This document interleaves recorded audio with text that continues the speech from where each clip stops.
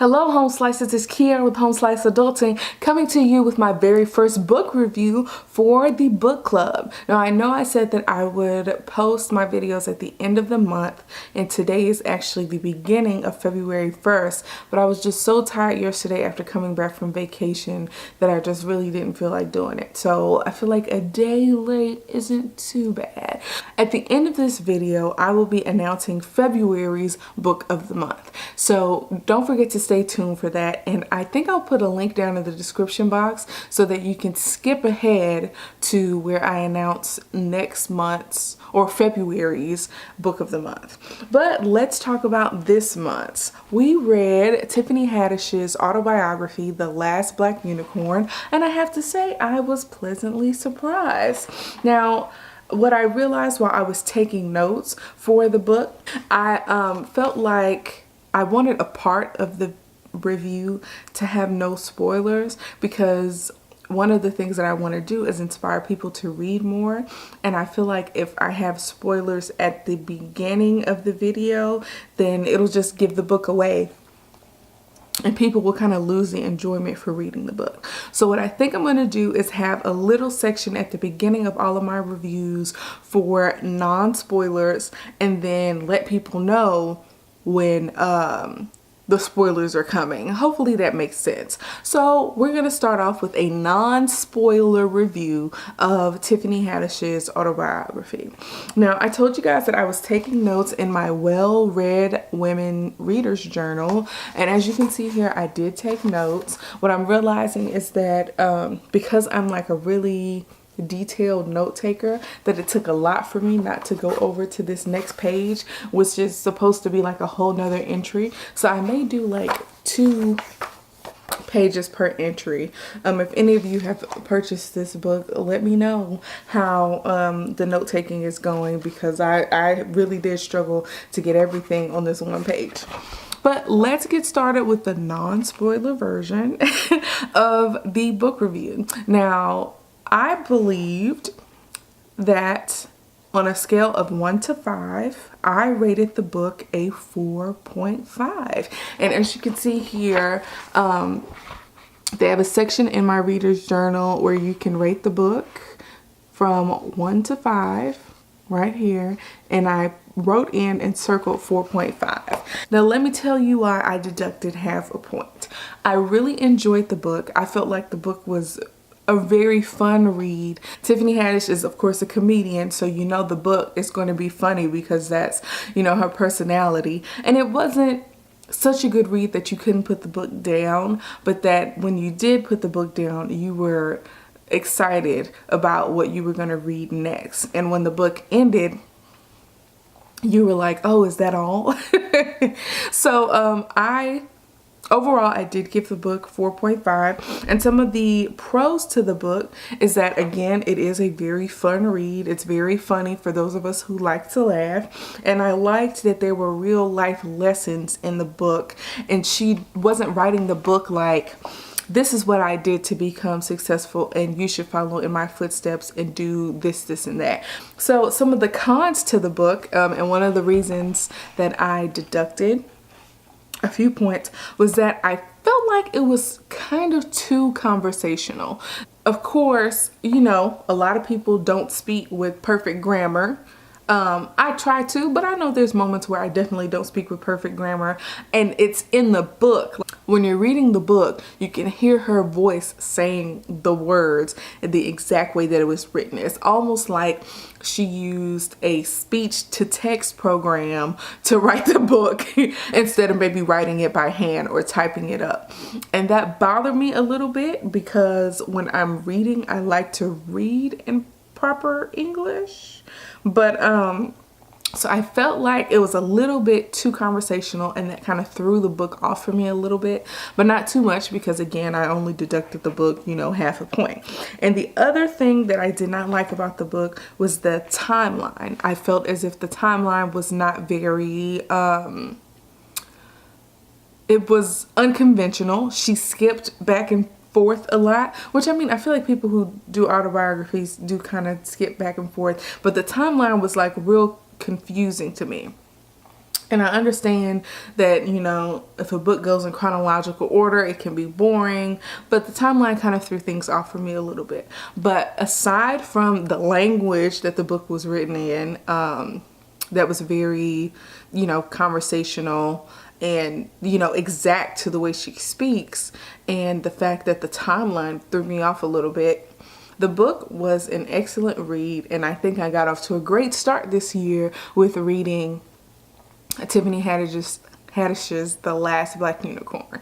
Just FYI, it only took me 3 days to get through this book. For those of you who are checking out this video to see if you would like to read The Last Black Unicorn, this is the end of that portion of the video, because from here on out, I'm going to be talking about the details of the book that will basically spoil the book for you. So if you only came here to see what I thought of the book and not hear about the details of the book, you should leave this review right now. Now, it's time for the spoiler alert version of this book review. Now let's talk about some of the crazy stuff that went on in Tiffany Haddish's life. Immediately, I felt a connection to Tiffany when she said that she used to wear panties on her hair. I remember being maybe 6 or 7 years old, and we would put clean underwear on our hair to reserve the hairstyle. And I kind of don't understand that. Not that, like, sometimes the panties came off, and then, you know, panties have holes in them from the legs. So like the hair that's by the holes isn't protected. I don't know. I mean, they did a pretty good job, but it's like, couldn't you go to the dollar store and buy me a bonnet so I didn't, you know, walk around with panties on my head? Because it looks ridiculous. But moving on, I felt like throughout the book that Tiffany was like an expert negotiator. Now, I'm a real bad negotiator. I'm gonna let y'all know that right now. But when Tiffany negotiated that she would get $50 a game to be the mascot, I was like, well, dang. That's, and it was funny to me that she equated being the mascot with not being able to get a boyfriend. That was real funny to me. And she was like, and people stopped coming to the games. It was interesting to see how she negotiated certain things throughout her life, and we'll talk a little bit about that later. Now, the part of the the part of the book where she talked about how the guy that she was dancing with died, I thought that was super interesting. She called herself a booty assassin, and she wouldn't do any more bar mitzvahs or anything because she thought she had killed the old man that she, you know, made get up and dance with her. And I thought it was really sweet that the daughter of the guy who passed away wrote Tiffany a letter and sent her some money and told her that, you know, that was the happiest that they had ever seen him. And essentially that was the way he wanted to go out. What was funny to me that I kind of drew a parallel from is, if any of you all have read Maya Angelou's first autobiography, I Know Why the Caged Bird Sings, there's a part in the book where she talks about she was sexually assaulted by her mother's boyfriend or stepfather or something like that. And she told, and then the guy who sexually assaulted her ended up dead. And she didn't talk for like a year or so. It was like years at a time that she didn't speak because she felt like her words were what got her stepfather or whoever it was that sexually assaulted her killed. And I thought it was interesting that Tiffany, even though it was less serious, I guess. Well, somebody did die. But the point I'm trying to make is that there's a parallel that's drawn because Tiffany felt like she was a booty assassin and she had to stop doing the bar mitzvahs and being the energy producer that she was because she had killed the old man. And that was a funny story to me. Now, one of the things that I found very interesting was that the school counselor told Tiffany that she could either go to comedy camp or go to therapy. And I was like, how awesome is that? Because I believe that sometimes in our society, we're very easy to, we very quickly medicate people, and particularly children. And, you know, Tiffany was smart enough to say, well, which one, you know, has drugs? And then the camp counselor says therapy, and she says, no, I ain't doing that. I'm going to the, you know, the comedy club. And it's real interesting that the counselor found a alternative for Tiffany to go to so that Tiffany could learn to do, you know, have great experiences, meet famous comedians, and learn more about comedy, which is eventually what she did with her life, as opposed to sending her to therapy where they might have medicated her and other things could have happened to her. So I thought that was wonderful that there was an alternative. Now, I thought it was interesting that they did a story on Tiffany, and it's funny that, like, more than once in the book, there were major things that happened in the world during times in her life. Like the time that she went on the horrible cruise with her boyfriend was when 9/11 happened, and then the time where they were supposed to air her story about, you know, the comedy camp was when Princess Diana died. So anyways, she talks about her having to lobby for herself in family court, and how nobody paid attention to her the first day. And so the second day she brought all the stuff in there that she wasn't supposed to bring. So I mean, like, Tiffany has always appeared to be very street smart. So I appreciated that about the story. Now, the thing that was like kind of, you know, tragic about her story was her mom getting into that car accident and almost dying. And, you know, her mom didn't come home for 2 days. So Tiffany is like, what the heck happened?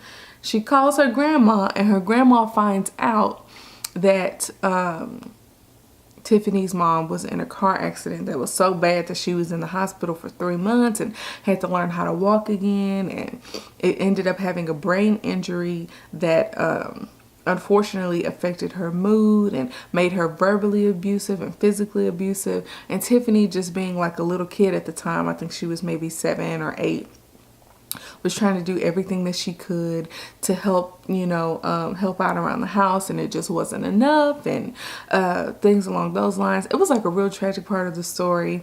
Now, I feel like a lot of people can identify with that. I just feel like it was really sad that her mom was that way, and things just really got out of hand. I mean, like, she accidentally hit a baby with a 2x4, and, you know, her and her siblings had to go into foster care, and they were in their grandmother's custody. Now, that was something that I didn't realize could happen, that a family member could take custody of children and still keep them in the foster system. But I guess it makes sense that she was able to provide for them with the money that she got from the state. Now, then there was the Walmart incident where her mom just, you know, went off on her, and her mom was like a hoarder and things along those lines. And just Tiffany was, you know, just trying to help her mom out. And it was real unfortunate, like even getting her into a great, you know, mental hospital. And then when she left, she wasn't taking her medication and things went back to the way they were. I don't remember how she said her mom was now, if her mom was in a mental hospital or not, but I really hope that their relationship is, you know, A1 these days, and that she's getting the type of help and, you know, medication and things that she needs, because that was just like a really sad part of the book to me. Now, moving on, Tiffany's first few relationships that she talked about were terrible. Now, let's talk about Titus real quick. Titus was no good. I don't understand how she messed around with Titus. I mean, from the story about her getting pregnant by Titus, and how happy she was to abort his baby. And then Titus was like, you're so happy walking out of this abortion clinic, I'm just going to get you pregnant again. And, you know, she had gotten a birth control shot to stop that from happening. That's the thing that I kind of get. I have been in relationships before where I knew that I should have gotten out, but I just kind of stayed. Some people say stay for, you know, old time's sake, or because they just can't find the words right now to say that it's over. Things like that. So I definitely get that part of her story. But Titus was terrible. He was trying to be a pimp. He was cheating on her. And y'all, that story about her pooping in his shoes and sending the sex tape that he made inside of the Charlie's Angels movie, that was so funny to me. that she put a sex tape in the middle of Charlie's Angels that his whole family saw all together. That was so funny to me. She started pimping out Roscoe's girlfriend and made, you know, some money, and then started pimping out some of her friends. I feel like Tiffany's just very resourceful and street smart, and I feel like that's like one of the best things about the story and probably one of the keys to her success. And then she talks about Roscoe, and the whole story about Roscoe was very funny to me, and I felt so bad that she has never seen Roscoe again after she basically dumped him. And she calls him her disabled angel, I think she calls him.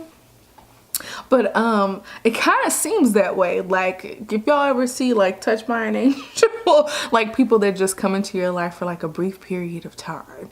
And it's unfortunate. I wonder how different her life would be if she actually stayed with Roscoe. Like, she broke Roscoe's heart to the point where he didn't come back to work. He left the little home that he was living in with all of his disabled friends and family. It was real sad. I felt so bad that she did that to Roscoe when Roscoe's little heart was broken, and it was so bad.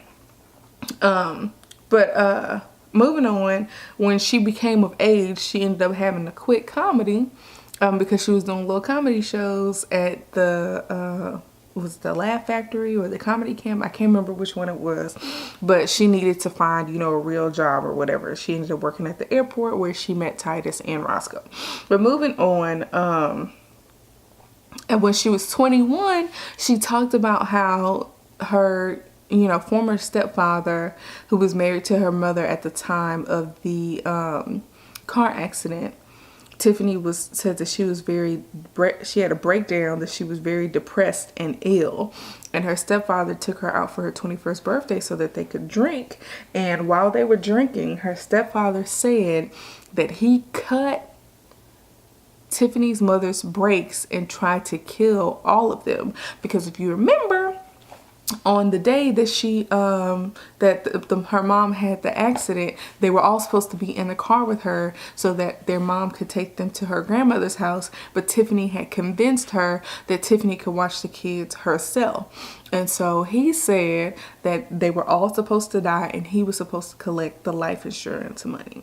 But he said it while he was drunk. So she asked him while he was sober and he denied it. And I was like, whoa. That was probably like, was that the only whoa moment in the book for me? Where I was like, that man tried to kill her whole family. Like, I don't know that I would ever talk to him again. And it was too late and too much time had passed. Like 14 or 15 years had passed to the point where they wouldn't be able to prove if he had or hadn't really cut the brakes and tried to kill her whole family. Like, I cannot believe that. I feel like that's not stuff that happens like on the movies or on TV or something like that. But I just cannot believe that. And I'm under the impression that he really did try to kill the whole family. So, anyways, that's just something I really didn't understand. And Tiffany didn't either. She tried to get answers. She would date police officers and lawyers and everything. But moving on, she had to be in foster care from 13 to 18. And while she was in foster care, she was sexually assaulted, or more so like molested, by her foster grandpa, and she didn't even realize it until she was older. And it's interesting that kind of like ignorance is bliss. Like, because of the situation that she was in, and because he didn't like touch her private parts or anything like that, he was able to get away with like sexually molesting one of the foster kids. And it was unfortunate, but because she didn't realize it, I don't think it impacts her the way that it impacts some other kids who are sexually abused as children.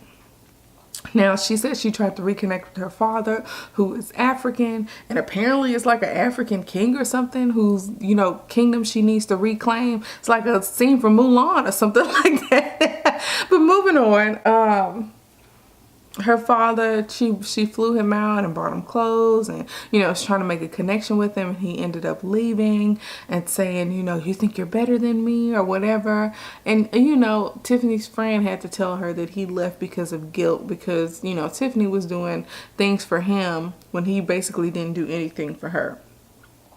But she talked about some of my least favorite part of the book probably was when she talked about some of her more memorable comedy gigs, like the HBCU that she went to and bombed, and then the lesbian party that she went to and bombed, where she was heckled by the lesbians.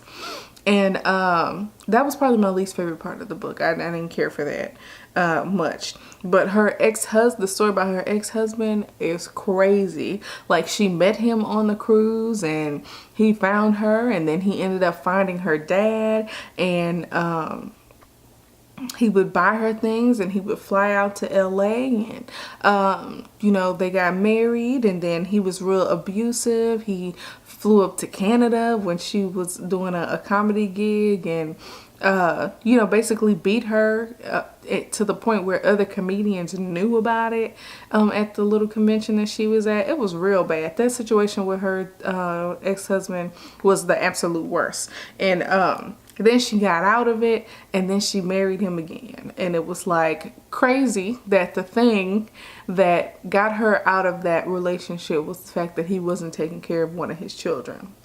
That is real weird, and she pointed it out in the book. And then she talked about my favorite quote from the book is when she was talking about how her mother basically worshipped the ground her stepfather walked on, even though he was cheating on her and had a baby on her and everything. And so in the book it says he could never do wrong even when he did a lot of wrong. I like that little quote or whatever.